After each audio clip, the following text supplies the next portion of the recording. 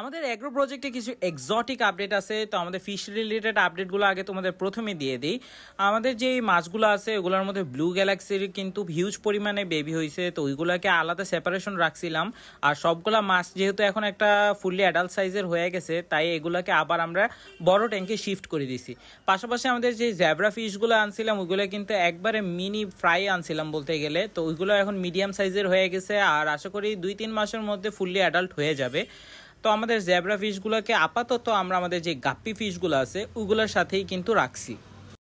আর পোলার parrot ফিশের যদি update দিই, এই পোলার প্যারটগুলোকে কিন্তু আলাদা আলাদা ছোট ট্যাঙ্কের মধ্যে সেপারেশন করছিলাম, তবে আবার যেহেতু ব্রিডিং টাইম এসে পড়তেছে ওগুলোকে বড় ট্যাঙ্কে শিফট করে দিছি।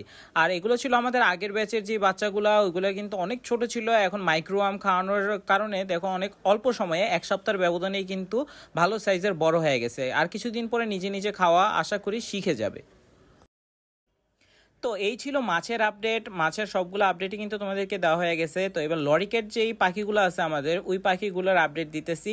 আমাদের যে লরিকেটের বেবিগুলো ছিল আগের বার কিন্তু একটা টিকছে 2টা ডিম থেকে, তো এবারও একটা ডিম পারছে। আশা করি এই ডিমটা হ্যাচ হবে আর আরেকটা ডিম 2-1 দিনের মধ্যে পেরে দেবে। এই 2টা ডিমই যদি আমরা সফলভাবে হ্যাচ করাতে পারি, তো এবার পরিকল্পনা আছে যে ওদেরকে আমরা হ্যান্ড টেম করাবো বেবিগুলোকে।